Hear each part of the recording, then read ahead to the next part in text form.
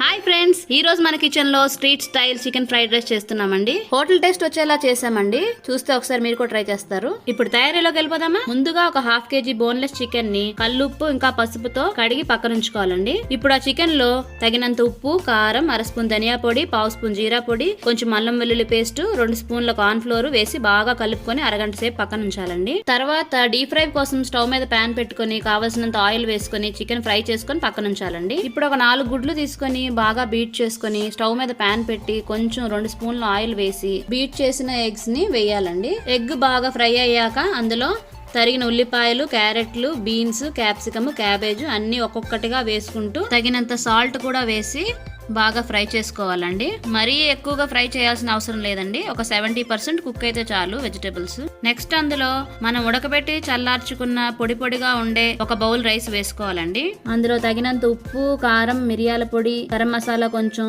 మనం ఫ్రై చేసి పెట్టుకున్న చికెన్ పీసెస్ అన్ని వేసుకొని బాగా ఒక 5 నిమిషాల పాటు బాగా ఫ్రై చేసుకోవాలండి. ఇంకా 2 స్పూన్ల soya sauce, 1 spoon vinegar add చేసుకొని బాగా కలబెట్టుకుంటే మన చికెన్ ఫ్రైడ్ రైస్ రెడీ.